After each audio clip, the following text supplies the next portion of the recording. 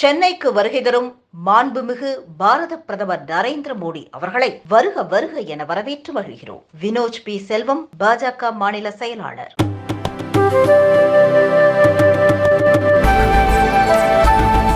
கேரளாவைச் சேர்ந்த ஒரு பெண் ஆண் குழந்தையை மட்டுமே பெற்றெடுக்க வேண்டும் என்று கூறிய கணவன் மற்றும் அவரது பெற்றோரை கேரள உயர்நீதிமன்றம் கண்டித்துள்ளது. கேரள மாநிலம் கொல்லம் பகுதியைச் சேர்ந்த பெண்ணுக்கும் மூவாற்றுப்புழையைச் சேர்ந்த இளைஞருக்கும் 2012 திருமணம் நடந்தது.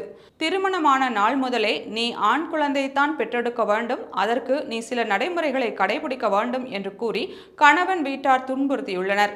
இந்நிலையில் அந்த பெண்ணுக்கு 2014 பெண் குழந்தை பிறந்தது. இதனால் அந்த பெண்ணின் கணவர் குடும்பத்தினர் தொடர்ந்து துன்புறுத்தி வந்துள்ளனர். இதைத் தொடர்ந்து அந்த பெண் தன் கணவர் மற்றும் அவரது குடும்பத்தார் மீது கேரள உயர்நீதிமன்றத்திலும் விவாகரத்து கேட்டு குடும்ப நல கோர்ட்டிலும் வழக்கு தொடர்ந்தார். உயர்நீதிமன்றத்தில் இந்த வழக்கை விசாரித்த நீதிபதி தேவன் ராமச்சந்திரன், ஆண் குழந்தையை பிரத்யோகமாக பெற்றெடுக்க வேண்டும் என்ற ஒரு பெண்ணை கேட்பது மிகவும் கேவலமான செயல் என்றார். பெண்கள் தாழ்ந்தவர்கள் என்ற கருத்துக்கு முற்றுப்புள்ளி வைக்க வேண்டும். பெண்கள் தான் பூமிக்கு உயிர் கொடுக்கின்றனர் என்று கூறிய அவர், இந்த வழக்கில் சம்பந்தப்பட்ட பெண்ணின் கணவர் மற்றும் அவரது குடும்பத்தினர் பதில் மனு தாக்கல் செய்ய உத்தரவிட்டார். வழக்கு விசாரணை அடுத்த வாரத்திற்கு ஒத்திவைக்கப்பட்டது.